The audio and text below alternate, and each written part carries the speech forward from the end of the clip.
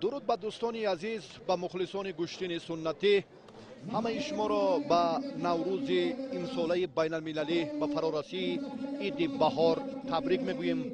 در تمام مناطق مملکت مسابقات زیاد ورزشی از قبیل گوشتین ملی با شهامت و شکوه بزرگ برگزار گردید و واقعا همچون مشاهده میکنیم در تمام قلمرو جمهوری تاجیکستان هم نوروز بین المللی تنتنه دارد و شکر از فضای آباد، ثبات و آسوده وطن محبوب ما که با ابتکار اساسگذار صلح و وحدت ملی پرزیدنت جمهوری تاجیکستان محترم امامعلی رحمان نوروز بین المللی گردید و سال 2010 این جانب ما این عنعنه اجدادی سنتی خیش را با برگزاری مسابقه های گوشتین ملی محض که شکوه و جلال بزرگ دارند جشن نوروز را استقبال میگیریم.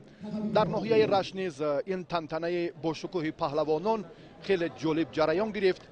رئیس حکومت ناحیه لایق‌زاده قناعتشاه خالق به همه سابقه‌داران خیرالله نظریف، استاد ورزش درجه بین المللی محمد شریف سلیمانوف و سابقه‌داران دیگر جمهوری تاجیکستان را و حکومت و برخی از آن نفرانی که در این مسابقات شرکت داشتند تحفه های خاطروی را تقدیم کرد و امروز هم برای تربیه نسل نورس البته مربیان جوان مملکت در گوشین سامبو و جودو و ملی خدمت ارزنده میکنند که محض جوانان ناحیه رشتان زمین را برادران رؤوف و خورشید حکومت‌ها تمرین میدهند که به این نقطه هم رئیس حکومت ناحیه مراقب بیشتر ظاهر کردند که 17 نفر پهلوانان امیدبخش در مکتب مهارت عالی ورزشی تحت راهبری این دو مربی جوان تمرین میگیرد و بعداً جایزه های ایدانه را چون مقامات محلی حاکمیت دولتی به مهمانان و سابقه‌داران مربیان و استادان ورزیده تقدیم کردند و از روی عنعنه دو نفر سابقه‌دار دو چهره خیلی معروف گوشتین منطقه رشت که سالیان دراز میدانداری کردند. اینجا هم اولین شده فاتحه نیک دادند به پهلوانان و به آغاز سبقت جالب و متنطن ورزشگران مشهور مملکت و امروز هم همان جالبیت جذابیت باید در هر یک سبقت بیشتر به نظر رسد و این دو پیری برنادیل هم نوابسته از آنی که یکی 76 سال دارد و دیگری به بهاری مبارک 74 قدم نهاده بود.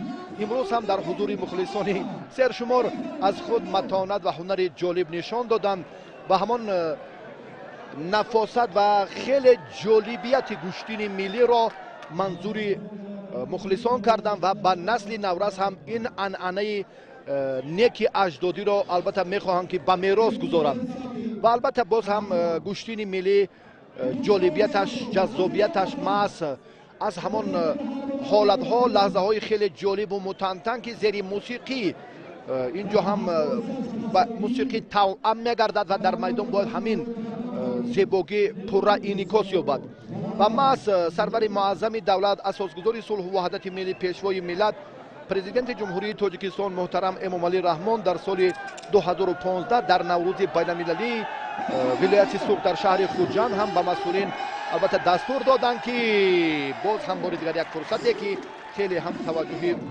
خود این دو نفر سابقه‌دار برای جالبیت انجام دادن اصول بیرون بود و بعد مسئولین هم محترم امامعلی رحمان دستور دادند که جهت عملی کردن همین تدبیرهای سلاله پهلوانی و احیا کردن عنعنه‌های سنتی بیشتر اعتبار دهند و در ناحیه رشت این دستوری سرور معظم ملت هم مورد عمل قرار گرفت و در ابتدا پهلوانان سابقه‌دار این دو موسفید دو پیری برنادیل که به میدان آمدند و به مکافات خاطروی هم قدردانی شدند و نوابسته از آنی که البته سالیان دراز چون هنرنمایی کردن و امروز هم ملکه سالشان به جای رسیده است و در برابر همان پیشنهاد این دو شخص معتبر میدانهای گوشتین سنتی منطقه رشت بار دیگر از آوان جوانی و از جسارت و از متانت خیش باز هم یادرس شدند و بعدا هم دست پروران مکتب ورزشی ناحیه رشت و مهمانان زیادی که البته اینجا تشریف داشتند در مرحله اول نورسانی تا سن 12 ساله به میدان برآمدند و امروز هم بیشتر شایسته تحسین است که در ناحیه‌های دوردست همچون ورزش سنتی گوشتین ملی رشد می‌یابد و محض در تنتنه نوروز باشکوه بین‌المللی امروز هم علاقه ما از اون چهره‌های خیلی معتبر و معروفی که دستور دادن یادرس شدیم و بار دیگر هم اینجا فرصت معرفی همین نورسانند. البته سید مومن رحیموف، خواجه زاده بهروز و باز هم ده ها نفر دیگر که در عرصه بین المللی در گشتن سامبو و جودو شهرت یاد گردیدند محض قدم نخستینشان از همین میدان گشتن سنتی بود و البته بدون مبالغه آن روز دور نیست که از میان این چهره ها هم باز نفران ارزنده به کمال میرسند و بسیار یک فرصت خیلی کوتاهی که ما منظور شما کردیم و این متنتن نوروز با شکوه بین المللی امساله با برگزاری مسابقه با نفوذ جمهوری آید به گشتن ملی واقعا هم با چاره‌بینی های فرهنگی و ورزشی ناحیه رشت حسن دیگر ضم کرد. نورسان حالا توجه دارند که در رقابت های اول هم موفق تر باشند و تا سن 12 چون به میدان برآمدند و بعدا هم آهسته آهسته مرحله به مرحله باز هم بهترین ها در میدان باقی میمانند از روی عنعنه و سنت های نیاگان ما در گشتن ملی گشتن سنتی خیش و اکنون حالا چون معرفی کردیم که تنها دست پروران مکتبی ورزشی ناحیه رشت با گرفتن مکافات‌های بیشتر هم سرفراز شدند.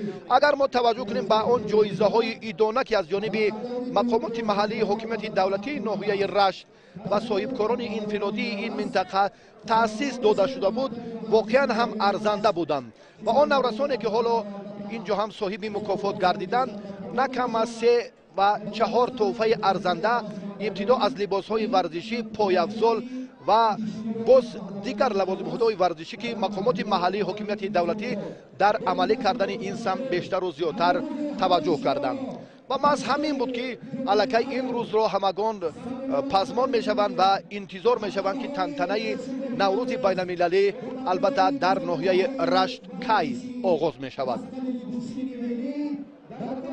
و اشتراک بیش از 17,000 نفر مخلص در این مسابقات بار دیگر این گفته ها رو هم تقویت میدهد و جانبک لایق زاده این نفری که واقعا در تربیه و با کمال رسانیدن یکی از فرزندشان سید اشرف لایق زاده که در جام اروپا در انطالیا هنر جالب نشان داد این پهلوان سید اشرف لایق زاده در این سمت تربیه نسل نورس علل خصوص شاگردانش خیلی هم خدمت ارزنده کردند. حالا با این موضوع الحال فرصت هست که بعدی به میدان آمدن سید اشرف این نکته را ما بار دیگر تقویت دهیم و حالا در میدان آن نورسانی که از ناحیه نورآباد، تاجیک‌آباد، رشت و همچنین از ناحیه لخش چون نورسان بیشتر بودند مرحله اول امکان داد که غالبان اینجا هم باز دوری بعدی راه یابند. تنها نورسانی که در نهاد آنها در ضمیر آنها ما باید با چنین وسیله البته باز محبت ورزش های سنتی علی خصوص گشتن ملی رو هم باز بیدار سازیم قوی تر نماییم و حالا هم در جریان دیدار از استفاده اصول های جالبی که دست پروران مکتب ورزشی ناحیه رشت نشان دادن برمی آید که البته این چهره ها هم قدم خود را در راه کامیابی های فردای چنین مسابقه های با شکوه استوار خواهند گذاشت. کاری مربیان هم در یک سطح ضروری بود. اینجا ابتدا از سرداور مسابقات یاریبک لایق زاده و باز چند از استادان ورزش که در رفت مسابقه حکمی کردند و عادلانه، عارفانه و خالصانه در اینجا هم کاری امروزه ستاد داوران به نظر رسید.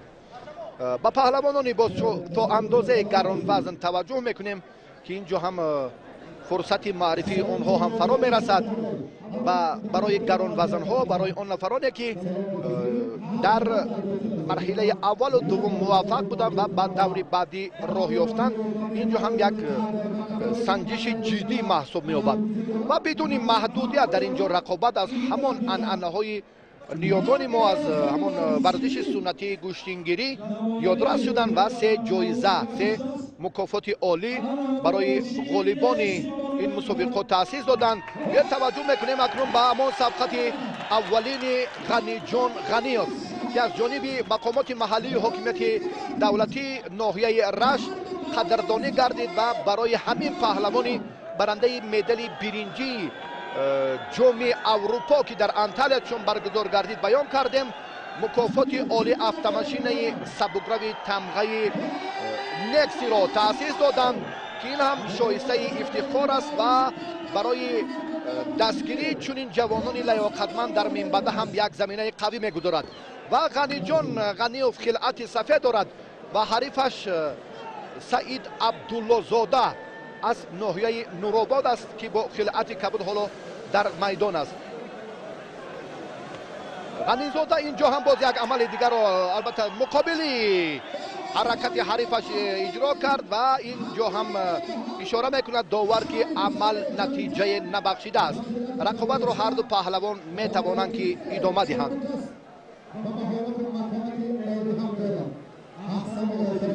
در حقیقت هم امروز چون توجهی بیشتر از جانب حکومت جمهوری تاجیکستان جهت عملی کردن تدبیرهای ضروری در سمت رشدیابی ورزش‌های سنتی علالخصوص گوشتین ملی باز بار دیگر مسئولیت خود مربیان و کمیته‌های مربوط به ساحه را در این سمت قوی‌تر می‌سازد. غنی جان استاد ورزش جمهوری تاجیکستان در گوشتین ملی در سامبو هم در چمپیونات مملکت میان جوانان خوب هنرنمایی کرد و در چمپیونات جمهوری تاجیکستان آید به گوشتین جودو نیز برنده مقام دوم افتخاری محسوب می‌یابد. و تعداد مخلصان در این ورزشگاه خیلی و خیلی زیادند و این از آن شهادت می‌دهد که مردم البته عنعنه‌های سنتی خویش را پیوسته پسمانند و همین جشن‌های باشکوه ملی و دولتی برای دایر نمودن چنین چهره‌بینی‌ها هم خیلی سازگار میباشند. غنی جان این چهره‌ای که الکی به کمال میرسد با سن البته مبارک 17 قدم نهاد و امیدواریم که این پهلوان در آینده هم نفوذ و شرف ورزش مملکت را در عرصه جهانی باز هم بلند میبردارد. حریفش در این جریان چون خیلی و خیلی تلاش ورزید که دفاع کند وقت داوری برحق است و این نفر سید اشرف لایق زاده این چهره را هم کارگردان منظوری ما کردن هم دسته خودی غنی جان غنیوف که هر دو هم در این مسابقات ناحیه رشت شرکت دارند. بعدا البته سید اشرف را فرصت شد معرفی میکنیم.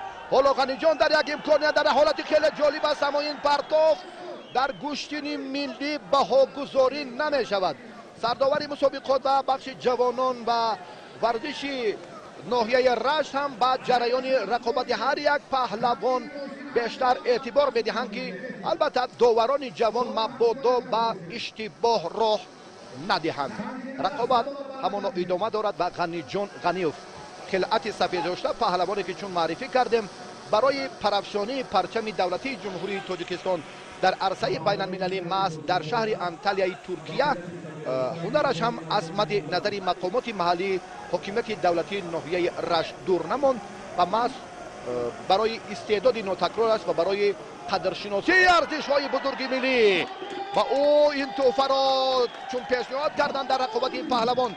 این پرتافتی که در ابتدا هم اشاره گردید داور حلال بیان میکند اشاره داور که پرتافتی غنی جان غنیوف حلال است.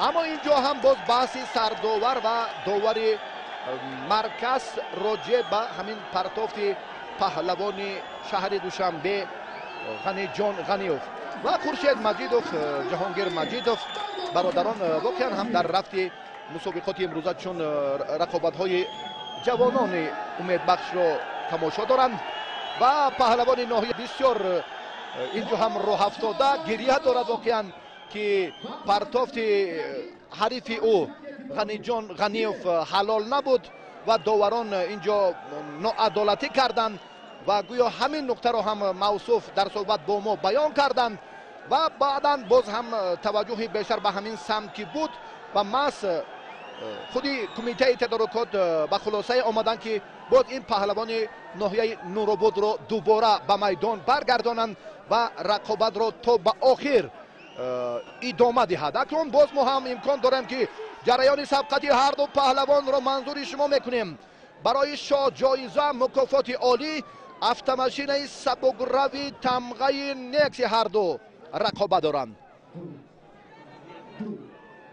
қаблан дар миёни паҳлавонони гаронвазн чунин ҷоизаро албатта пешниҳод мекарданд ва албатта он паҳлавононе ки вазнашон на чандон гарон буд аз ин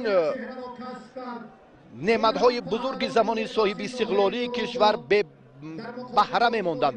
ва ғаниҷон ғаниёв ин маротиба ҳам бидуни муболиға паҳлавони ноҳияи нуробод ду тахта пушташ ба замин афтид.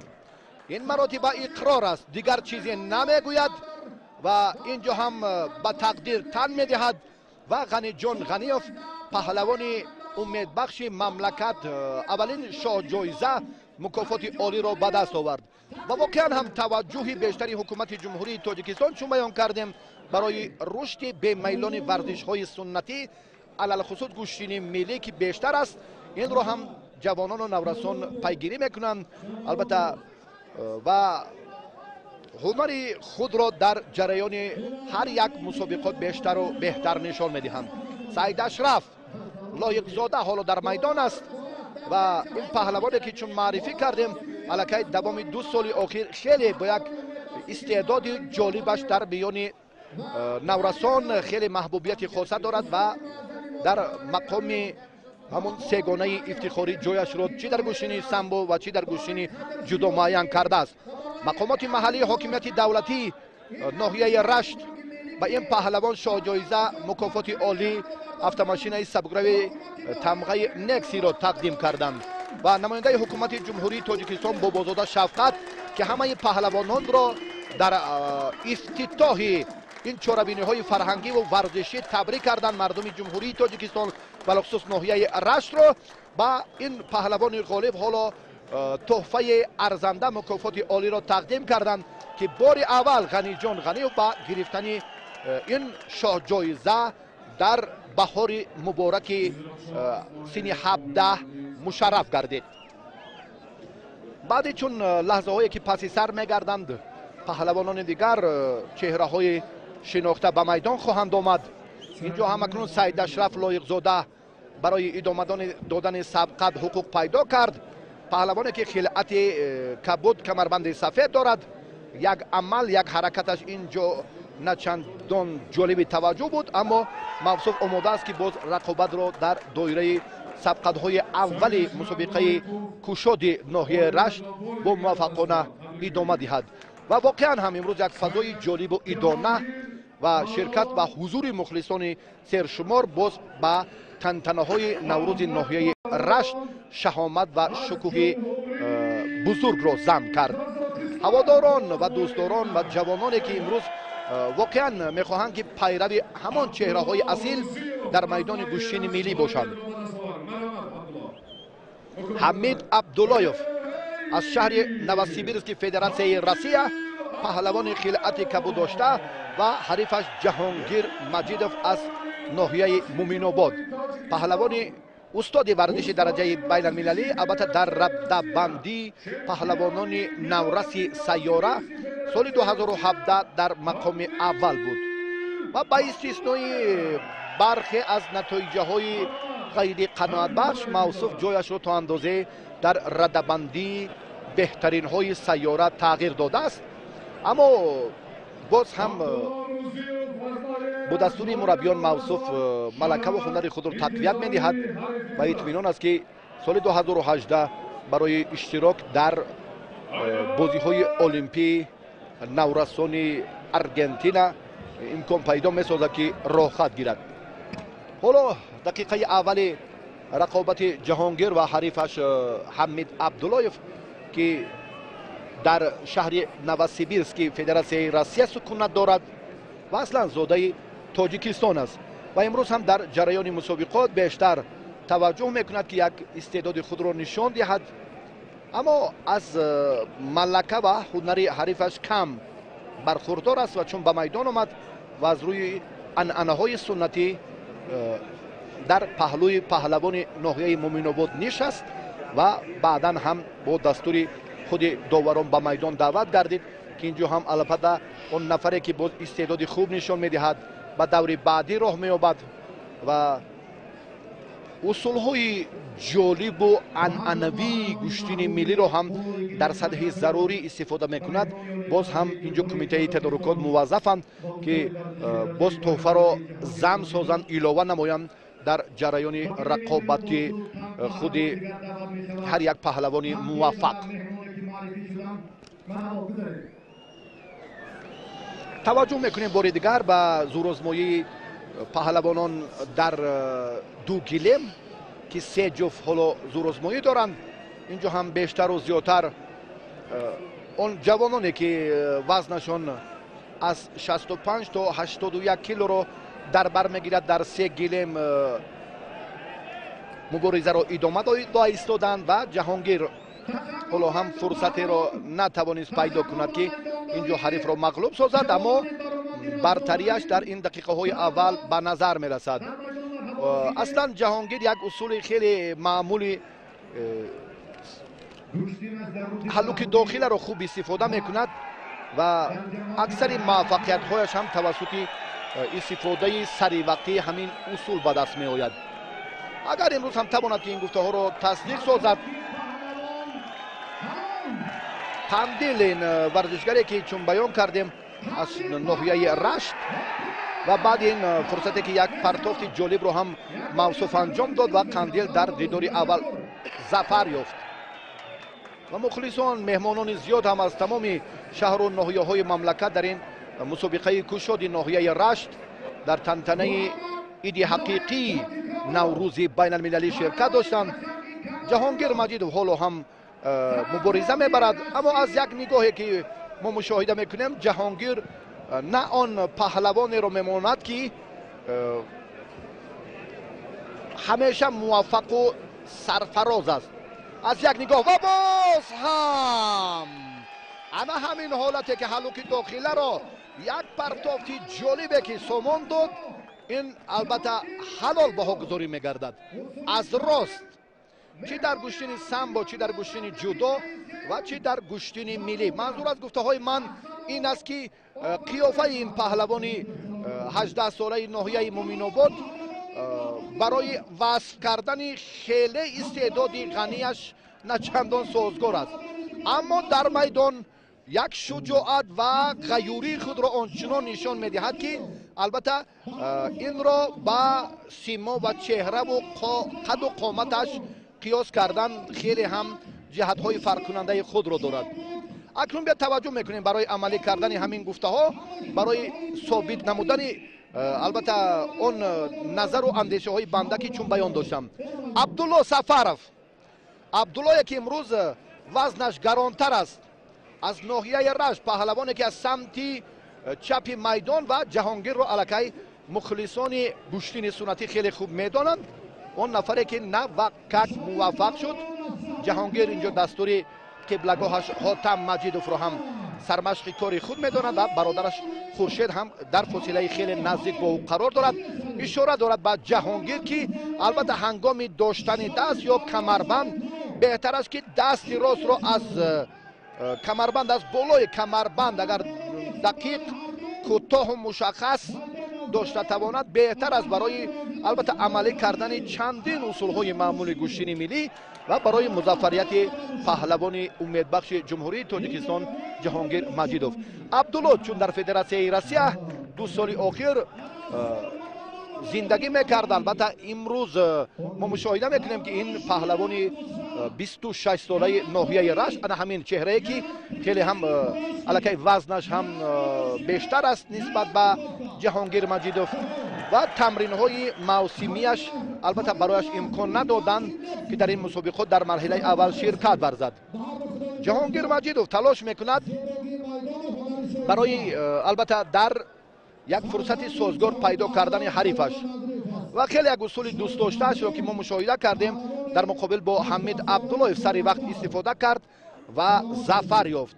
ҳатто бо ҳамон қомати рост як اصول را که حلوک داخله را در سطح بلند هم استفاده کرد و این هم با همون اصطلاحی که پتقوت خیلی سطح ضروری و با یک نظری کسبی از جانب این پهلوان 18 ساله ناحیه مومن‌آباد اجرا شد. حالا در مقابل با عبدالله کمی با مشکلی روبرو گردیده است، چون که وزن اینجا تا اندازه فرق میکند نسبت به حمید عبداللهیف. اما در گشتین سنتی این عملها، این نظرها و وزن و وقت و اینجا سن و سال به این نوبت گرفتن نمی شود.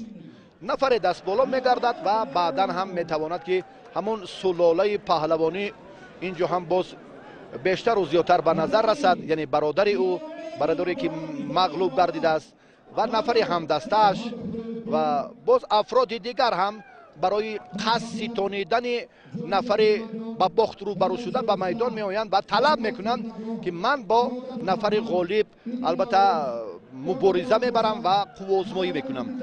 بس انا همین عنعنه سنتی در ناحیه رشت بیشتر مورد عمل پهلوانان قرار گرفت. بعد آنه که یک نفر پهلوان ناحیه رشت که در گلیم اول چون مغلوبش کردند و بعدا هم حمید عبداللهیف اصلا ساکن ناحیه رشت است و چون بیان کردیم که در شهر نوسیبیرسک فدراسیون روسیه این زمان استقامت میکند و این قوه آزمایی سیوم جهانگیر مجیدوف است و در گلیم اول چون بیان کردیم که جهانگیر هم خیلی هنر خوب نشان داد و موفق هم شد و برای جهانگیر مجیدوف مقامات محلی و حکومت دولتی ناحیه رشت چون مراتبه سیوم است که به میدان می آید علاقه توفر رو هم باز زم کرد. در دیدار اول البته یک مکافات یا دو مکافات پیش بینی شده باشد، در دیدار سیوم علاقه این شماره بیشتر می گردد. در رقابت بعدی که ظفر می یابند همچنین از یک مرحله به مرحله دیگر مکافات ها زم می گردند و نفر کامیاب به مرحله بعدی برای شاه جایزه اگر تواند که اینجا هم غیوری و صبوری و مظفریت بیشتر رو هم به دست آورد و با جهانگیر مجیدوف اینجا هم مبارزه برد اما از میدان هر دو بیرون شدند. عبداللهیف پهلوانی که چون معرفی کردیم این مراتبه هم باز برمیگردد. عبدالله سفرов از ناحیه رشت برمیگردد به گلیم مرکز. همانا رقابت به نتیجه است میانی هر دو. جهانگیر مجیدوف در رقابت سیوم کمی خسته حال شد و اکنون سببش رو هم علاقه مخلص بیننده زکی خوب احساس میکند که گران وزنی پهلوان ناحیه رشت عبدالله سفرov برای این ورزشگری امیدبخش تاجیکستان جهانگیر مجیدوف مشکلی به وجود آورد. جهانگیر قامت راست دارد، خیلی البته در این مورد هم تلاش می‌ورزد برای همان اصول معمولی که بیشتر چون بیان کردیم محض در گشتین‌های ملی در تنتنه‌های نوروز هم سال سپری گردیده و آغاز رقابت‌های پهلوانان چون به نظر می‌رسد محض همین اصول را جهانگیر مجیدوف مورد استفاده خیش قرار می‌دهد. عبدالله و جهانگیر هم اینجا اکنون دیگر کاری را برای بهتر سامان دادنش چون تلاش میکند اما موفق نمیگردد. جهانگیر بار دیگر امر داور را اینجا هم به اینوبت میگیرد و اکنون عبدالله سفرov باشد. اگر با هنر این پهلوان 3 سال قبل نظر افکنیم خیلی نفر فوق‌العاده بود، استعداد جالب داشت و 2 سال که در فدراسیون روسیه در مهاجرت مهنتی بود البته از تمرین‌های دائمی مربیان فارغ ماند. جهانگیر مجیدوف باز هم یک تلاش دیگرش هم بدون ثمره دلخواه است. عبدالله خسته حال شد در این مورد اکنون همان یک قوه بیشتر و اضافه که در آمادگی همه جانبه جسمانی به وجود می آید. امروز هم ما مشاهده میکنیم که در همان قیافه پهلوان اونقدر نمودار نیست. عبدالله سفرов هم اینجا اکنون وقت رو کشال میدهد، اما جهانگیر موازنت رو میخواهد گم کند. اینجا فرصتی که با کناری راست و چپ عمل میکند و دست حریف رو در این فرصت داشتن کمی به سوی پیش حرکت کردن. این حلال است چون مشاهده میکنیم که بله داور اینجا یک اشاره کرد و من فکر میکنم که امر عمل داور در اینجا این کار میشود و نباید که این پرتافت حلال حسابیده نشود. چگونه؟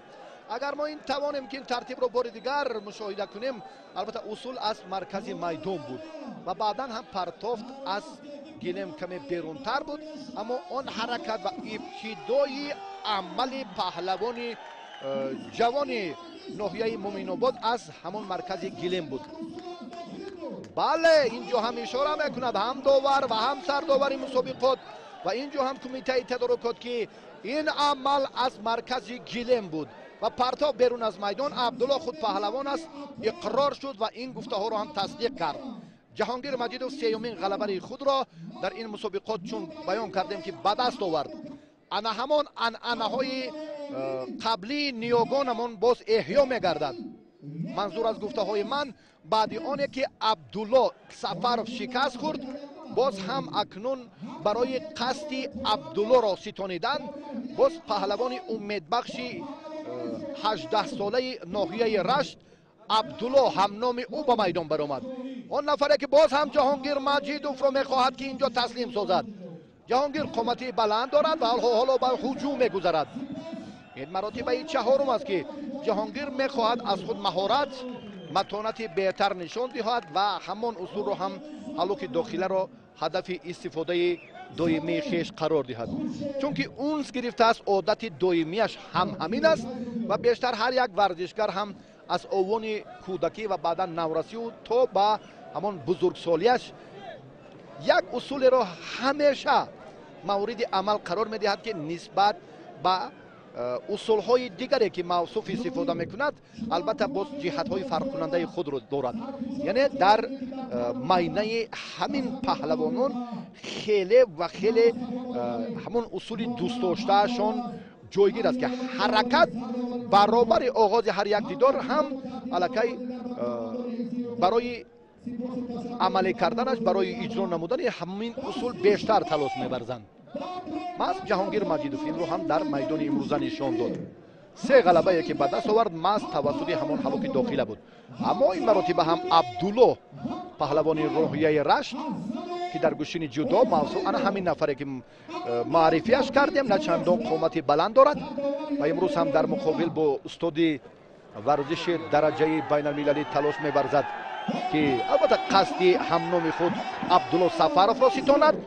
بله در این جریان مشاهده میکنیم که باز هم جهانگیر مجیدوف هنرش فرق کننده است. در گلیم سیوم رقابت همانا ادامه می‌یابد جهانگیر و عبدالله هم در هفته سپری گردیده چون یک مسابقه با شکوه ناحیه رشت برگزار گردید که موصوف با 5 نفر حریف خود دست بالا گردید. خیلی جوان است اما استعداد خوب دارد و ببینید که الکی در مقابل با جهانگیر مجیدوف چون استادگری کرد این معنای آن رو دارد که البته عبدالله نفر تصادفی نیست در میدان که با جهانگیر مجیدوف قوا سنجد. این رو هم وقت نشان میدهد همانا زورآزمایی پهلوانان ادامه می‌یابد و از ناحیه مومن‌آباد از خوالنگ شهر کولاب از ناحیه شمس‌الدین شاهین همچنین از ناحیه حمدانی از شهر قرغان تپه سابق قرغان تپه باختری حاضره و همچنین از ناحیه مسچو حتی پهلوانان هم در این مسابقات شرکت داشتند از شهر دوشنبه از شهر ترسونزاده و بیشتری آن چهره‌هایی که به پیروزی نایل گردیدند از همین مناطق مملکت بودند که حالا فرصت هست برای معرفی آنها نیست و همانا جهانگیر تلاش و مبارزه را جهت موفقیت چهارم خود در این دوره بعدی ادامه می‌دهد و اصلا در گوشتین ملی یک زیبایی و شهامت وقتی آن لحظه به نظر می‌رسد که پهلوان قامت راست سبقت کند حریف را احترام سازد و هنگام حرکت عملهای بیشتر و زیادتری که البته از خود نشان میدهد در مقابل با حریف خیلی مهربان باشد. یعنی حریف را احترام کردن یکی از خصوصیت های نیک انسانی و خصلت های نجیب هر یک پهلوان است. و در رقابت برخی از پهلوانان ما تکبری، به احترامی و قصداً عملهای غیری انسانی را ما مشاهده میکنیم که البته گوشتین سنتی این عملهای غیر انسانی را کاملا رد میکند. وقتی که همین رکنها رو پهلوانان در میدان بهتر مورد استفاده خیش قرار میدهند، واقعا هم مردم با چنین پهلوان اعتمادش قوی میگردد و پیوسته اون رو هم دستگیری میکنند. و در ناحیه رشت همین عامل ها، همین بند و بست های اساسی گوشتین ملی هم خوب رعایت گردیدن و بیشتر هم در ردیف کارهای آمادگی و در جریان هر یک زورآزمایی باز هم پهلوانان کوشش میکردند که همون خصلت‌های نجیب خود را نشان دهند. من جهانگیر مجیدوف، این پهلوانی که تلاش کرد، مبارزه برد، در 3 دور ظفر یافت و اینجا اکنون هر دو را داوران از یکدیگر جدا میکنند. یعنی در گوشتین سنتی این عنعنه هم رایج است. وقتی که وقت طولانی بدون محدودیت پس سر میگردد، اینجا هم داور باز با هر دو پهلوان مشورت میکند و با ریزوگی یکدیگر پهلوانان میتوانند که باز از یکدیگر جدا شوند و رقابت را باز با نفران دیگر ادامه دهند. و اینجا یک مشورت، یک توصیه بود، اما باز هم داور اینجا همون نقطه خلاصه آخرین خود را برآورد که 3 دور دیگر، یعنی 3 دست دیگر که این رایج است با همون اشاره گفته های خود داوران پهلوانان رقابت کنند و اگر نتیجه ندهد همین لحظه معین گردیده و شاید بگذار خود پهلوانان هم با خلاصه آیند. و در گلیم دیگر اینجا ما 2 نفر سعید مومین از ناحیه رشت و ابوبکر زویروف رو میبینیم. ابوبکر پهلوان شهر دوشنبه خلعت کبود دارد و پهلوان میزبان با خلعت سفید در میدان رقابت کرده ایستاده است. و شمشاد عبدالله حالا در میدان انتظار حریف است. این هم یک عنعنه عجیب است و بار دیگر هم جهانگیر مجیدوف خیلی همان حلوک داخله را خوب استفاده کردنی بود، اما داشتن دست را فراموش کرد. ابوبکر زویروف باز هم حالی سعید مومین را اینجا هم با اصطلاحی که به تنگ آورده است. و اکنون در این جریان باری در توجه میکنیم باز با همون لحظه که چون بیان کردیم و هر دو هم با همون فکری داور راضی بودند که 3 دفعه دیگر گریبان یکدیگر میگیرند، اگر موفق نشوند اونگاه میدان را ترک میکنند و با نفران دیگر قوازمایی خواهند کرد. ابوبکر باشد با سعید مومین پهلوان ناحیه رشت همانا قوازمایی دارد و در گلیم دیگر اینجا هم باز شیخوف با گندیشکوف رقابت دارد. فریاد شیخوف این پسری یکی از پهلوانان معروف کشور ایباد شیخوف از ناحیه ونج است و برادری کردی سعید ولی گندیشکوف صالح گندیشکوف حریف فریاد است. صالحی که خلعت کبود دارد در میدان حالا رقابت را اینجا هم نوکک آغاز کرد. در گوشتین ملی چون بیان کردیم که وزن با این نوبت گرفتن نمی شود و محض این رو هم خودی صالح خوب میداند. به مردم هم پیسخند زدند در ابتدا. البته اینجا که برای این پهلوان حریفش خیلی و خیلی وزنش گران است، اما صالح به گفته مربیان اعتبار نداد و خود خواست که در مقابل این پهلوان خیلی گران وزن ونجی مقاومت کند و مبارزه برد. سعید مومین با همراهی ابوبکر زویروف در گلیم دیگر هستند و اینجا فریاد شیخوف با همراهی پهلوان شهر ترسونزاده صالح گندیشکوف همانا زورآزمایی دارند. یک فرصتی که هم برای فریاد شیخوف بهتر بود. این عمل رو فریاد شیخوف باید بعد طرز دیگر استفاده میکرد و اصلا اصول دوست داشته قبلگاه این پهلوان خلعت سفید داشته ایباد شیخوف дигар аст. ҷавз кардан ҳарлуки дохиларо ҳам бештар хубтар истифода мекард, аммо аксари музаффарияти қиблагоҳи ин паҳлавони хилъати сафедошта бо ҳамон як ҳаллуке ки ҷавз карда ва боз бори дигар ҳам фарёда як кӯшиши дигар осомон дод, аммо доштани дастро аз хотир фаромӯш кард, муваффақ нашуд. аҳволи паҳлавони гаронвазни раштӣ Саид Мумин ҳам хеле мушкил шуд. баъди ин муборизае ки бештару зиёдтар Абубакр Зоиров аллакай хавфи зиёд барои ӯ ба вуҷуд овард, яъне силсила ҳуҷумҳоро ки бештар кард, аллакай барои худи Саид Мумин мушкилӣ боз ҳам зиёдтар шуд. дар гилеми дигар ҳамоно рақобати ин ду паҳлавон чун баён кардем ки Солеҳ Гундишков ва Фарёд Шайхов аз ноҳияи Ванҷ ҳамоно идома дорад, аммо натиҷа на ба он тарзе ки барои ҳарду паҳлавон бештару зиёдтар зарур аст. ва маҳз барои Фарёд Шайхов ки ҳам қомати баланд дорад ва ҳам вазнаш ҳам 23 ё 25 кило тақрибан нисбат ба ҳарифаш бештар аст. Гундишков аз ин намеҳаросад ва рақобатро идома медиҳад. ҳарду ҳам ба гилеми дуюм гузаштанд, аммо ин маротиба ҳам Фарёд Шайхов бубинед ки истодагарӣ мекунад, интизор мешавад аз ҳамин фурсат. ҳолон ки Фарёд бояд дар як лаҳзае ки тавонад ки боз ҳам ҳоли ин паҳлавони начандон гаронвазни шаҳри Турсунзадаро боз ҳам мушкилтар содад. акнун як усули ҷолиб ҳам аз ҷониби Абубакр Зоиров дар сатҳи баланд истифода кардед ва Абубакр бетаваҷҷӯҳ мекунед бори дигар ба гилеми дигар ки чӣ гуна ҳарифро фиреб дода, ба нимаи рост ишора кард, дасти росташро кӯтоҳ баркашид ва ҳамин тартиб ҳариф ба тахтапушт афтид ва Саид Мумин паҳлавони ноҳияи Рашт аз натиҷаи дилхоҳи ин мусобиқот бенасиб гардид. Солеҳ Гундишков ва Фарёд Шайхов ҳамоно рақобатро идома медиҳанд ва Солеҳ ғайраташ хеле бузург аст, бештар ба назар мерасад.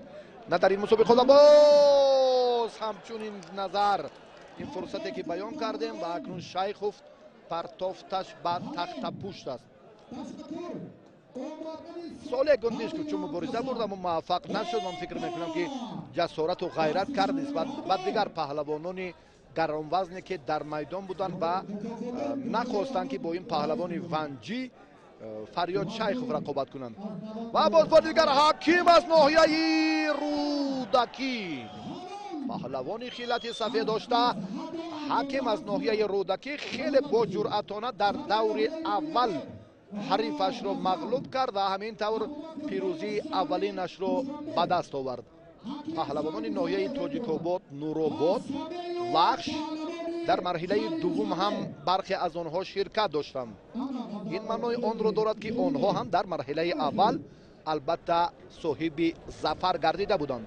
ва нафари дигарро чун муаррифӣ кардам дар варзишгоҳ, яке аз паҳлавонони хеле шӯҳратёри кишвар Ғазалшои Давлатшоҳ аз ноҳияи Ёвонро ки на ва как ба майдон баромад. Маҳмадулло паҳлавон, Маҳмадулло ин варзишгари хилъати сафеддошта аз ноҳияи Рашт аст. таҳти роҳбарии Рауф Ҳукуматов алон ки донишҷӯст дар шаҳри Душанбе тамрин мекунад ва ҳарифаш Назрулло аз ноҳияи Нуробод варзишгари хилъати кабу дошта. танҳо як ҷуфт дар майдон ҳунарнамоӣ дорад ва доварони дигар инҷо ҳам муваззафанд ки паҳлавонони муваффақро албатта дар нимаи рости майдон инҷо ҳам боз ҳарифонашонро муайян созанд. ҳамон тарзу тартиби боз як лаҳзаи хеле ҷолиб бу, аммо барои Назрулло ин ҳолат гарон афтод ки аз ин варта раҳо ёбад ва Маҳмадулло Лоиқзода ин паҳлавони хилъати сафеддошта чун баён кардем ки қиблагоҳи ин варзишгар ҳам солҳои қаблӣ хеле як истеъдоди фавқулода дошт. Ёрибек Лоиқов дар майдонҳои гӯштини миллӣ ва ҳамчунин самбо хеле як матонат, ҷасорати бузурги паҳлавониро нишон медод ва ин сулораро алкай фарзандонаш ҳам идома медиҳанд. бародарони Маҳмадулло инҷо ҳам 4 фарзанди Ёрибек Лоиқов албатта дар мусобиқаҳои نه تنها گوشتین سنتی در تنتنه نوروزی بین المللی مناطق کشور هنرنمایی میکنند، بلکه در گوشتین سامبو و جودو هم الکی سال تا سال نتیجه بهتر رو هم به دست میآورند. نظرالله معلوم است که تو اندازه تجربه کافی ندارد نسبت به محمدالله لایقوف. آیا یک لحظه که خیلی هم جالب، اما حرکت محمدالله به آن خاطر بدون ثمره دلخواه انجام یافت که محمدالله دست یا اورنج حریف را کوتاه نداشته بود، حتی کمربند رو هم از بالا اینجا هم نداشته بود و علت موفقیت را به دست آوردنش همین بود. اما جالب از رقابتشون، هر دو هم وزنشون تا اندازه برابری رو نشان میدهد. تجربه محمدالله از حسابی تمرین های نه بلکه موسمی بلکه دائمیش خیلی بهتر به نظر میرسد. این مراتب هم محمدالله ثابت ساخت که او نفر تصادفی نیست و پرتافتش در این جریان حلال حسابیده شد. بله، لحظه به لحظه برای ورزشکاران موفق امکانیت بهتر میگردد که به مرحله کامیابی های بعدی نائل گردند، به مرحله کامیابی های بعدی شامل گردند. بله، و اکنون باز دیگران اینجا شریف نظریف پهلوان شهر کلوب کمربند سفید دارد و اکثر آن چهره هایی که به میدان می آیند و حریفش از ناحیه فیض‌آباد، این سابق ورزشکاری که طی سالیان دراز میدانداری کرده بود و با همان سبب هایی که تمرین خود را محدود کرد و با همان امکانیت های موجوده موصوف نتوانست که مهارت خود را تکمیل دهد. شریف باشد البته امسال قدم به بهار 19 گذاشت و فرزند یکی از پهلوانان شهرتیار مملکت خیرالله نظریف، استاد ورزش درجه بین المللی، چمپیون جهان در رشته گوشتین جودو و سامبو میان سابقه داران و اکنون امروز این چهره که قامت بلند دارد، پهلوان امید بخش مملکت، در رقابت دومی خود ببینیم که چی کارو میتواند که سامان دهد. در یک دور شریف نظریف موفق شد، این هم در گلیم بعدی بود. بعداً داور عادل خلیوف از ناحیه رشت امر کرد که ایستید. این حالت البته با این نوبت گرفتن نمی شود و خلیوف اینجا اشاره میکند کمربند را درست داشتن، درست بستن. البته باز همان عامل های اساسی رشدیابی ورزش های سنتی علالخصوص گوشتین ملی رو که از جانب کمیته های مربوط به ساحه تاکید کرده می شود، چه از جانب فدراسیون گوشتین ملی، کمیته کار با جوانان و ورزش نزد حکومت جمهوری تاجیکستان که باید البته در برگزاری البته مسابقه های هم ملی و هم دولتی که البته انعنه های سنتی اینجا هم بیشتر بر نظر گرفته می شوند، باز همین عامل ها هم موردی عمل قرار گیرند. شریف اینجا هم باز با جرأتانه تلاش می‌ورزد. هر دو پهلوان در یک حالتند. شریف امکانیتش بهتر شد اما دست و نهایت دست. این اصول را بدون داشتن دست عملی کردن غیر امکان است. این را شریف باید بهتر داند و حریفش هم خوب احساس کرد، چون وقت را کشال دادن. هر دو پهلوان هم با ریزوگی یک دیگر از میدان بیرون می شوند و با نفران دیگر رقابت میکنند. باز دو نفر پهلوان خیلی معروف و شهرتیار کشور به میدان می آیند. اینها سید جلال سیدوف در تنتنه جشن نوروز بین المللی ناحیه رشت شرکت داشتند و همچنین شاهرخ امیرخانوف پهلوان شهر کلوب، شاهرخ امیرخانوف و ورزشکاری معروف جمهوری تاجیکستان از ناحیه واسه سید جلال سیدوف وارد میدان شدند و حالا هم باز دو پهلوان گران وزن دیگر ابوبکر زائیروف و سمه افغانوف از ناحیه مومین‌آباد به میدان برآمدند. سمه پهلوان کناری چپ بوده، کناری راست بوده داور که چون جایشان زود عوض میگردد و ابوبکر الکی مخلصان خوب пайхас кардан, шинохтанд ки баъди оне ки Саид Муминро шикаст дод, боз ҳам ҳуқуқ пайдо кард ки роҳи муборизаро барои албатта тай кардани ҳамон панҷгонаи муддаии шоҳҷоиза идома диҳад. Абубакр фаъолтар аст, сам мебошад чун ба зону афтид ва акнун боз аз рост рақобат идома меёбад дар ин ҷараён. дар гилеми дигар ҳам боз паҳлавонони шӯҳратёри мамлакат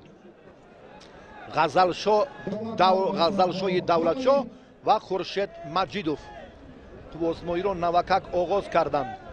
Хуршед инҷо эътироз дорад барои нодуруст будани либосҳои паҳлавони ноҳияи Ёвон. Абубакр ва Саме бошад дар гилеми аввал ин ду паҳлавони гаронвазн ҳам муборизаро идома дода истодаанд. ва бориши борон ба рафти баргузории мусобиқаҳо то андозае таъсир расонид ва чун ин лаҳза ки дигар як ҳолати лағжидани паҳлавонон ҳам дар майдон албатта аз истисно дур нест. Инҷо ҳам дигар имконияти дар болои гилем рақобат кардан нест ва сардовари мусобиқот ва доварон ҳам ба хулосае омаданд ки зурозмоии паҳлавонон акнун дар марҳилаи баъдӣ болои сабза сурат гирад. ҳамон анъанаи бобоӣ, ҳамон суннатҳои ниёгон акнун инҷо ҳам риоя гардид. ғазалшоҳ Хуршед Маҷидов камарбанди сиёҳ дорад. ҳарду аз гилем берун баромаданд. Чун баён кардем, довар Одил Холиев ба канори рост таваҷҷӯҳ мекунад, муборизаро паҳлавонон идома медиҳанд. ғазалшоҳ ма аз соли 2017 вақти оне ки дар шаҳри Ҳисор яке аз паҳлавонони маъруфи гаронвазни Ӯзбекистон Муҳсин Асомуддиновро шикаст дода буд, шӯҳраташ дар гӯштини миллӣ хеле авҷ гирифт ва Хуршед Маҷидов баъди ҳамон музаффарияти пайвастааш дар мусобиқаи ҷоми президенти ҷумҳурии Тоҷикистон дар гӯштини ҷудо дар шаҳри Ваҳдат, ин мусобиқаи байналмилалӣ бо иштироки намояндагони 15 кишвари ҷаҳон баргузор гардида буд ва ягона Тоҷикистонро Хуршед Маҷидов воқеан маърифӣ кард. новобаста аз оне ки мақомҳои ифтихориро ба даст наоварда бошад ҳам, аммо истеъдодаш аз мадди назари ҳаводорон ва мухлисони гӯштини ҷудои кишвар дур намонд ва зери шиоре ки ба хотири ҳимоя ва ҳифзу эҳтироми бузурги арзишҳои бузурги миллӣ, парафшонии парчами давлатии ҷумҳурии Тоҷикистон, ин варзишгари аз ҳама хурдтар дар ин мусобиқот ки 18 сол дошт, дар муқобил бо чемпиони ҷаҳон, барандагони ҷоизаҳои ифтихории мусобиқоти қаҳрамонии ҷаҳон дар гӯштини ҷудо ва иштирокчиёни бодиҳои олимпӣ мубориза бурд. ҳатто дар муқобил бо Абдулло Тандриев ки як истеъдоду ҷорим нишон дод. аммо имрӯз ҳам ғазал ва ҳам Хуршед натавонистанд ки қасди нокомиҳои соли 2017-ро ситонанд. таваҷҷӯҳ мекунем дӯстони азиз ба зурозмоии ду паҳлавон, ду абармарди майдони гӯштини миллӣ. инҳо Шамшод Абдуллоев, паҳлавони ноҳияи Рашт бо хилъати сурх ва Шоҳрух Амирхонов бо хилъати сафед ки майдонро зиннату ҷилои дигар бахшид қадами ҳарду паҳлавон.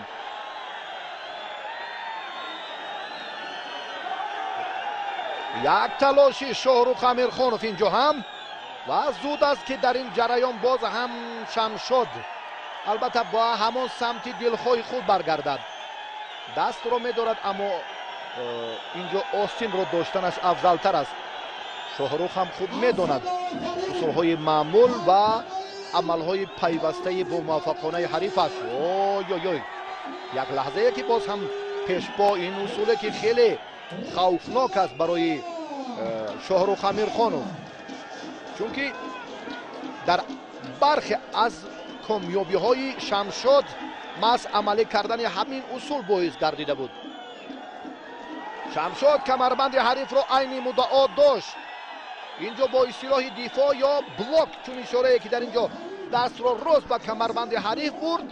این در گوشتین ملی البته ممنون نیست، اما در گوشتین های دیگر بعدی البته سپری گردیدن محض در گوشتین جودو بعدی سپری گردیدن ثانیه های لازمه بعدا هم اینجا داور مجازات میگردد. خیلی شهامت و زیبایی گوشتین را در حضور مخلصانی بیش از 17,000 نفر در این تنتنه با شکوه نوروزی ناحیه رشت هر دو پهلوان نشان دادند.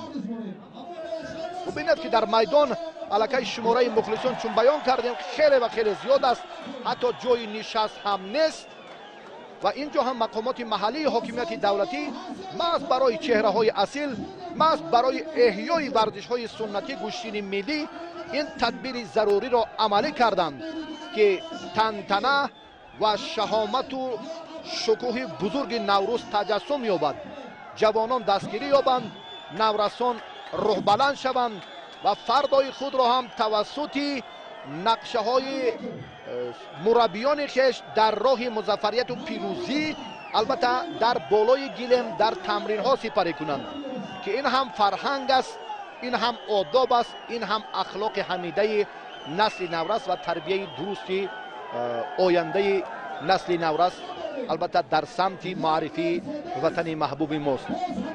رقابت همانا ادامه می‌یابد. شاهرخ یک مبارزه که برد ثمر نآورد و شمشاد عبداللهیف هم سه کوشش کرد، اینجا بدون موفقیت پس سر شد. مخلصان پس مانند در همین مورد انتظار امر رئیس کمیته تدارکات را مقامات محلی حاکمیت دولتی ناحیه رشت شاه جایزه مکافات عالی را بعد سپری گردیدن البته دقیقه های اول تأسیس دادند. در مقابل انا با شمشاد عبداللهیف که امروز پهلوان شهر کولاب شاهرخ امیرخانوف چون به میدان برآمد، مرسدس بنز و باز مکافات های دیگری پولی و مالی باز همینجا علاوه و زم بیش از 4,000 سومانی و باز اینجا هم علاقه شاه جایزه و بعدا هم یک عمل و حرکت های بیشتری هر دو پهلوان ها که طبع دل مخلصان بود. اینجا هم باز کمیته تدارکات رو به طرف نگذاشت و باز به همون مکافات ها باز مکافات زم میگردد. سوپر جام 8 مکافات عالی و ارزنده. این عمل هم با موفقانه برای پهلوان میزبان سامان نیافت. شمشاد عبداللهیف یک کوشش را انجام داد، اما از اجرای این اصول ورزشگر شهر کولاب خیلی خوب برخوردار بود، از این وضعیت مرکب رها یافت. شمشاد بسیار ماهرانه استاکارانه عملهای را انجام میدهد که حریف در حیرت میماند، اما شاهرخ امیرخانوف این مراتب هم از مشکلی رها یافت.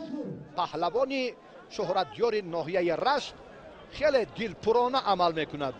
نسبت به شاهرخ علاقه قوه اضافه که اینجا هم نفس کشی پهلوان، حرکتهایش، جستن و عمل کردن و مبارزه بردنش در هر مورد خیلی برتری دارد و آسیب شاهرخ امیرخانوف با گمانم جدی نیست. دختران دست مسابقه حالا به مهمان شهر کولاب کمک میکنند و 3 شاه جایزه تبریک بیان کردیم. اینجا مقامات محلی حاکمیت دولتی ناحیه تأسیس دادند.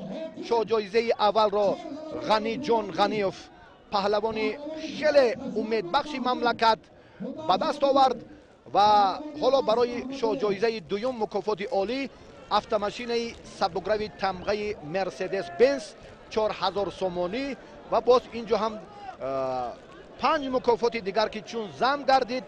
ин бори дигар аз ҳамон дилсӯзӣ ва садоқати бепоёни кумитаи тадорукот нисбат ба варзишҳои суннатӣ дарак медиҳад. возмоиро шоҳрух ва паҳлавони ноҳияи рашт шамшод идома медиҳанд.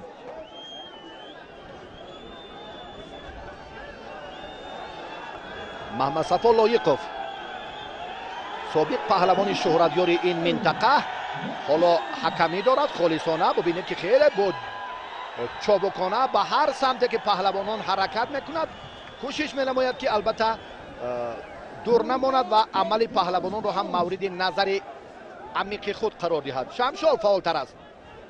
دیروز هم در ناحیه تاجیک‌آباد با گرفتن مکافات عالی شاه جایزه اولین موسم امساله تنتنه‌های نوروز بین المللی شرفیاب گردید.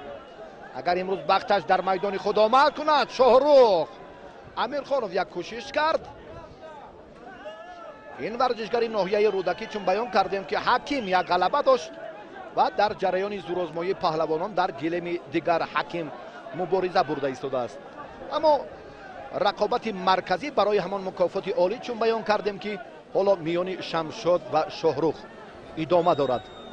شاهرخ این مراتب هم شمشاد یک حالت یک اصولی که در گوشین جودو با همان اصطلاحی که ملنیتسا خیلی و خیلی معمول است و این عمل رو هم شاهرخ خوب پیخست کرد، نگذاشت که این حالت اصول عملی گردد و دو حالت خوفناک را شاهرخ امیرخان رو برطرف کرده توانست.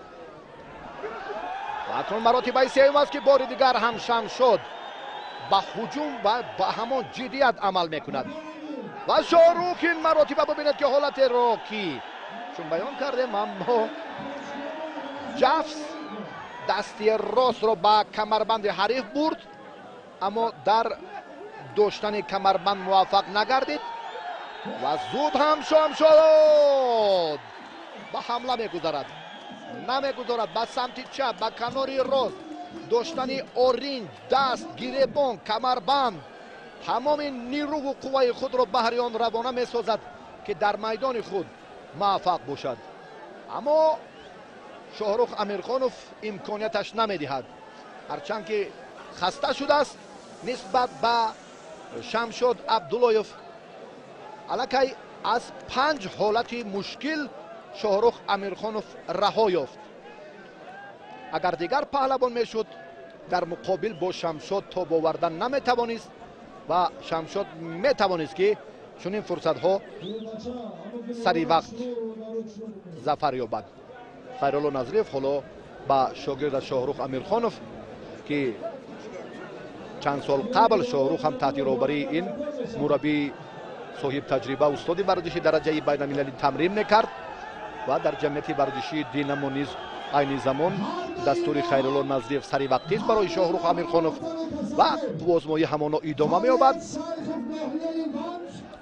و بار دیگر هم شمشاد عبداللهیف یک عمل دیگر را خواست که خوب استفاده کند. این مراتب هم بختش آمد نکرد. بیشتر اینجا 6 حمله استفاده 6 اصول 6 دفعه از جانب پهلوان ناحیه رشت شمشاد عبداللهیف به نظر رسید و 3 مراتب پهلوان شهر کلاب به حمله گذاشت برای عملی کردن همان اصولهای جالب خود.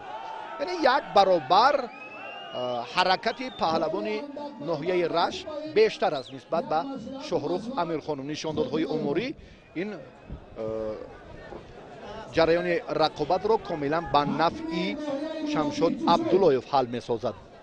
اما باز وقتی باقی مانده نشان می‌دهد که کدام از این پهلوانان برای این سوپر جام لایقند، سزاوار سوپر جام مسابقات با شکوه ناحیه رشت میباشند.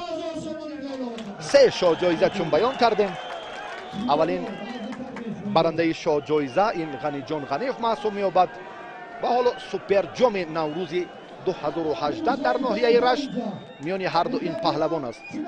автомашین سبکروی تمغه مرسدس بنز و اینجا هم باز چاروای کلان شاخدار و باز هم 4000 سومانی و تلویزور و باز چندین مکافات هایی که از خاطر بنده هم فراموش شدن و 8 مکافاتی که در اینجا ما البته در ابتدا هم چون بیان کردیم با استثنای شاه جایزه در مجموع خیلی مبلغ بزرگ را طلب میکند. شاهرخ امیرخانov اعتراض دارد که این خلعت پهلوان ناحیه رشت البته جوابگو برای رقابت گوشتین ملی نیست. در گوشتین سامبو چون علاقه مخلصان هم اینجا واقفند، بهتر میدانند که این کمربند این خلعت برای گوشتین سامبو است و اکنون اعتراض کرد و پیشنهاد نمود که خلعتش را عوض کند. اصلا در گوشتین سنتی این به این نوبت گرفته می شود. البته بیشتر در جشن‌های دیگر و همچنین در مسابقه‌های سطح باشکوه هم کمربند و همچنین هم خلعت باید جوابگو به طلبات معیارهای ضروری باشد. و اکنون این رو هم باز سرداوری مسابقه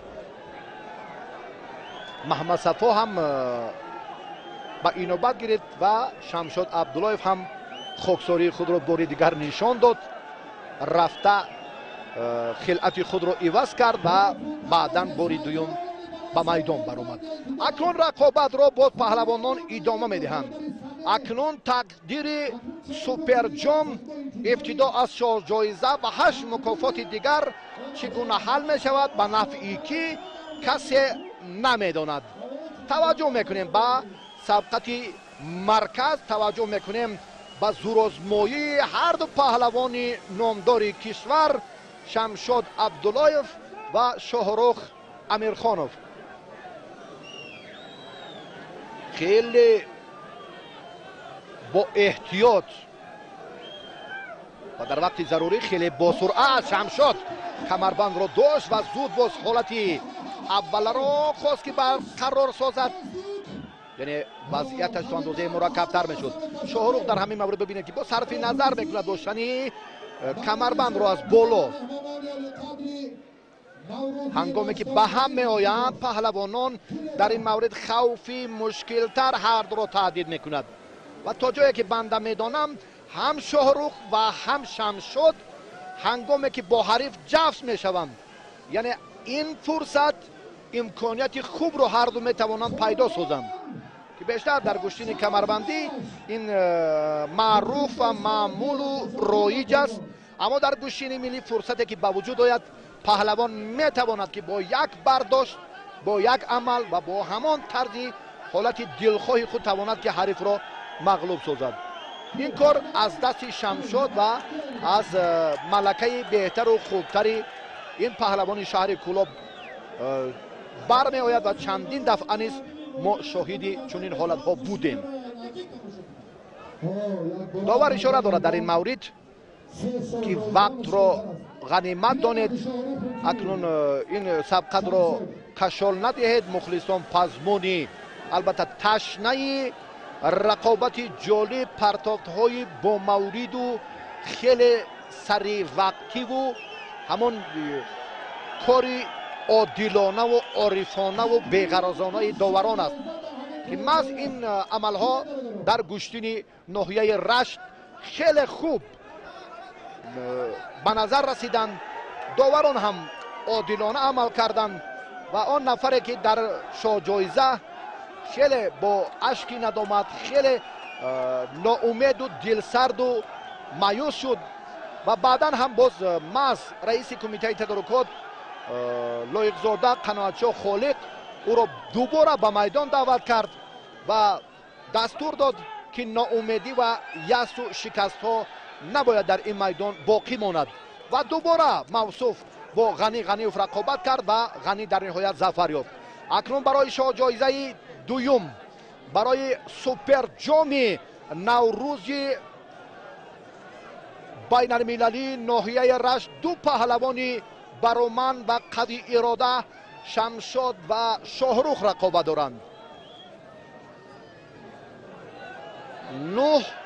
9-4 مبارزه و حمله ها و تلاش ها بهر اجرا کردن اصول های معمول. شاهرخ امیرخانوف اینجا هم کمی خسته است، آب می نوشد. توجه میکنیم حالا با حالت دیگری که در گلیم اول دو پهلوان حکیم و یک از پهلوانان دیگر ناحیه نورآباد سبقت کردند. ملکه این زورآزمایی به نفع حکیم انجام یافته است.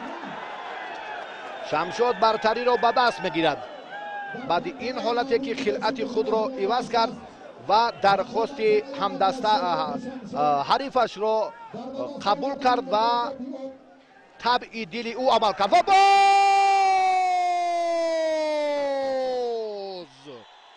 جالبترین لحظه ها، بهترین حالتی که پهلوانی ناحیه رشت به میان آورده، یک حالت مساعد، یک پرتافت سری وقتی و علاکه بیش از 17,000 نفر مخلص از جای خود برخواستند و به افتخار غلبه این پهلوان در سوپر جام نوروز 2018 کفکوبی کردند. شاهرخ امیرخانوف انا همان حالتی که اشتباه کرد موازنت را گم کرد و از این حالت شمشاد عبداللهیف سری وقت استفاده کرد و با دریافتی کامیابی شایسته این مسابقات با شکوه ناحیه رشت و گرفتن سوپر جام نوروز 2018 مشرف گردید. شاهرخ یک عملی که چون انجام داد باعث دست بالا گردیدن حریفش شمشاد عبداللهیف شد. حالا مقامات محلی حاکمیت دولتی ناحیه رشت و پهلوان پیروز جام سوپر جامی که چون بیان کردیم مکافات عالی автомашинаи сабукравии тамғаи мерседес бенз ва тӯҳфаҳо 8 мукофоти дигар ки болои суперҷом зам гардид тақдим месозад ва намояндаи ҳукумати ҷумҳурии тоҷикистон ки барои табрикоти мардуми ноҳияи рашт дар ин тантанаи наврӯзи байналмилалии ноҳия ширкат дошт. бобозода шавқат ба нафари ғолиб суперҷом мукофоти олии ин мусобиқотро тақдим месозад. шамшод абдуллоев барандаи суперҷом мукофоти олии шоҳҷоиза мерседес бенз ва шоҳрух амирхонов новобаста аз нокомиаш чун мақоми дуюмро дар ин мусобиқот ба даст овард ба тӯҳфаи пулии арзандаи мақомоти маҳаллии ҳокимияти давлатии ноҳияи рашт сазовор гардид ва меҳнаташ, талошаш, муборизааш, иштирокашро ҳам дар тантанаи наврӯзи имсолаи ноҳияи рашт фолинок арзёбӣ карданд ва ба ин паҳлавон ки мақоми дуюмро ба даст овард тӯҳфаҳои хотиравии идона тақдим карда шуд. акнун таваҷҷӯҳ мекунем ба зурозмоии охирини ин мусобиқот.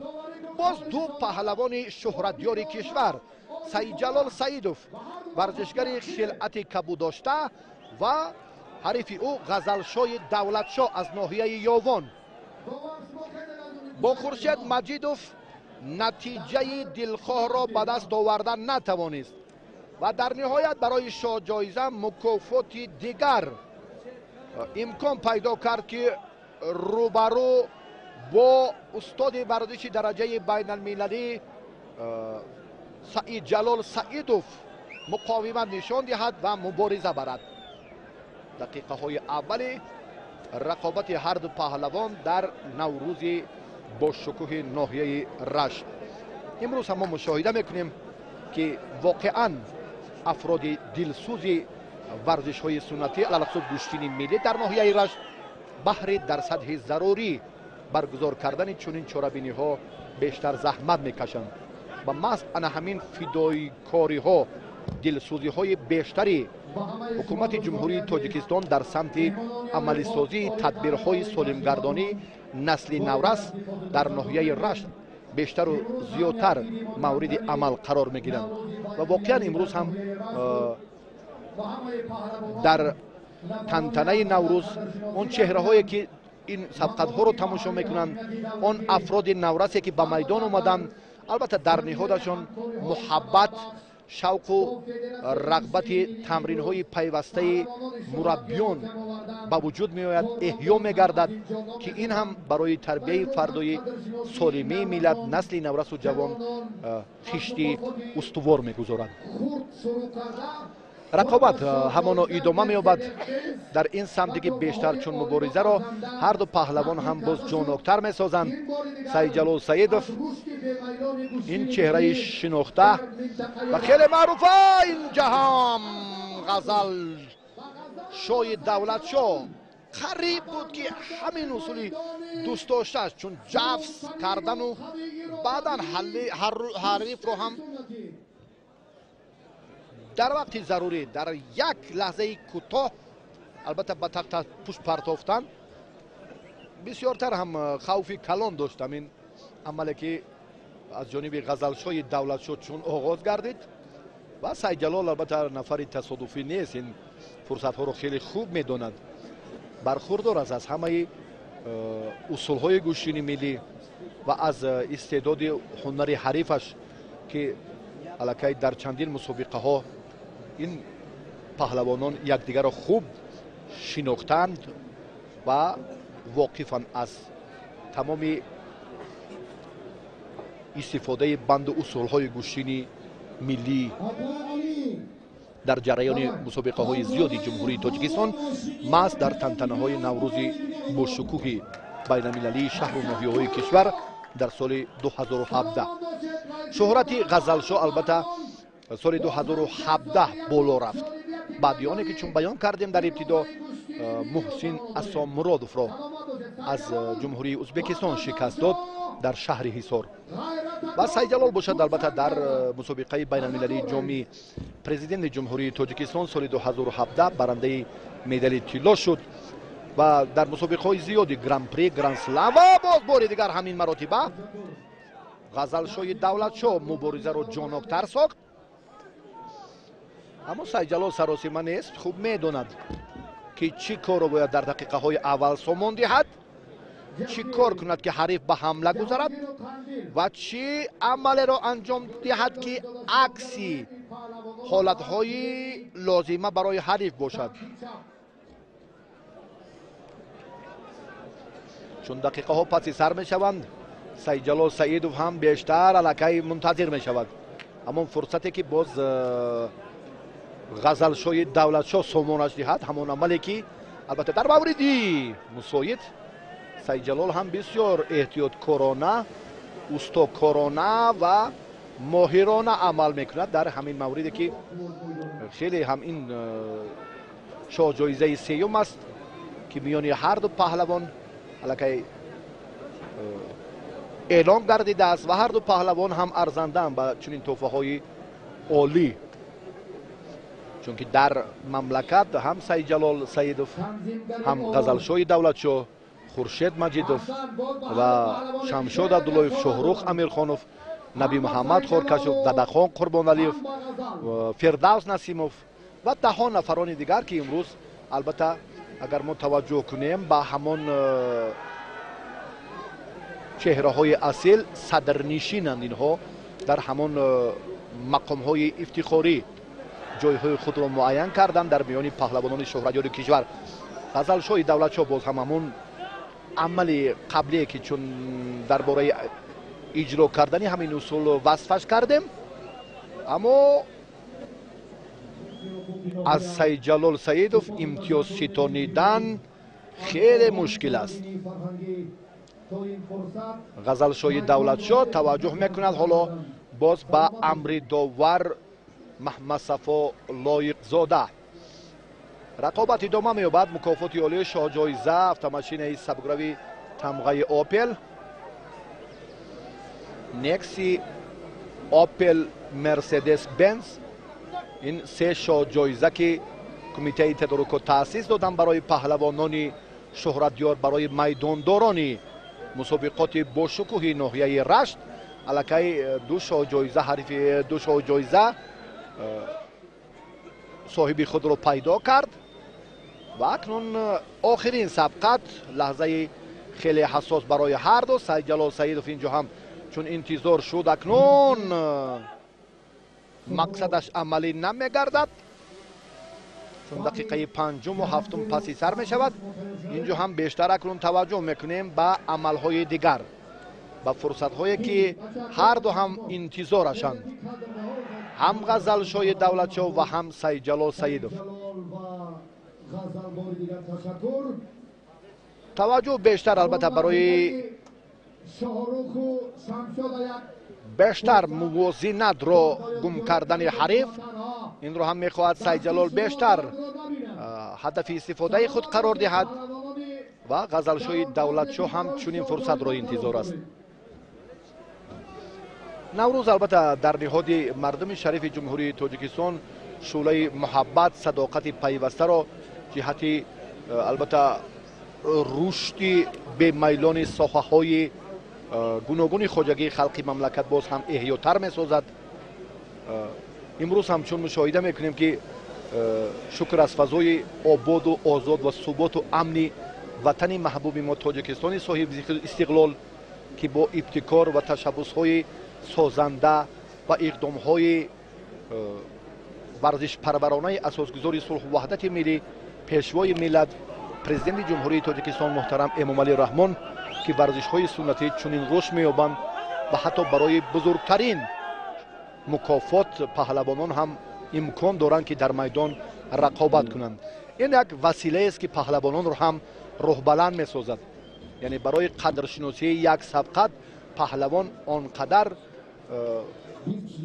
سزاوار تحفه شایسته می‌گردد که برای تمرین یک ساله‌اش کافی است.